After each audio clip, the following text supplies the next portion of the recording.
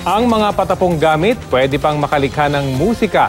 Yan ang pinatunayan ng grupo ng mga kabataan sa Rizal na ibinida ang pagtugtog ng mga instrumentong gawa sa recycled materials. Balitang hatid ni Cesar Apolinario.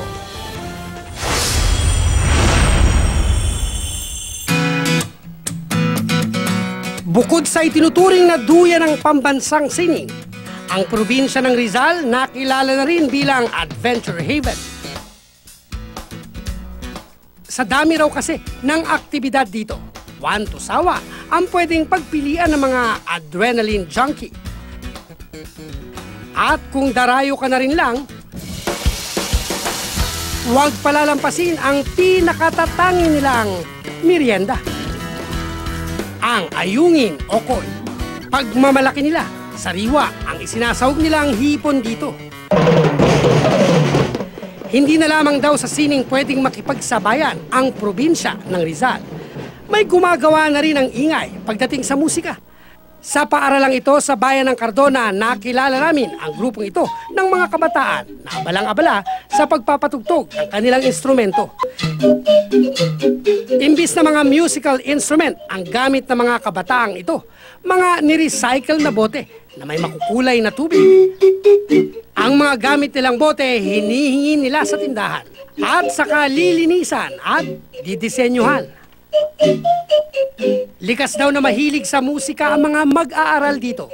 Yun nga lang, gustuhin man nilang magkaroon ng mga instrumento, wala raw silang pera, pambili nito. Pero hindi ito naging hadlang sa paghahangad na maparinig nila ang kanilang talento. Kaya naman inaral nila ang paglikha ng magagandang tunog gamit ang mga nasabing bote.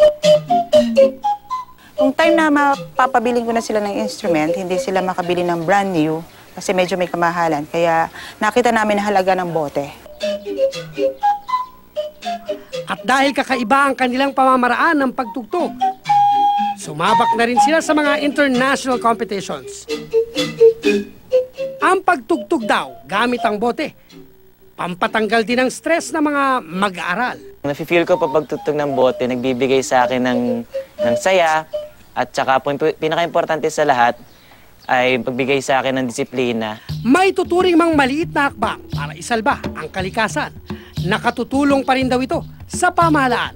Lalo pat kinagamay pa lang daw ng Cardona ang tamang sistema ng pagre-recycle ng kanilang basura.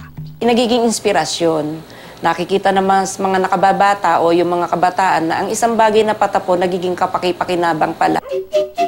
Ang mga basura nating itinatapon, maaaring biyaya sa ibang pagkakataon.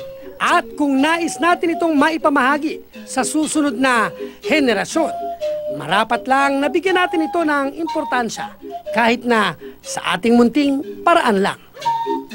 Cesar Apolinario, GMA News.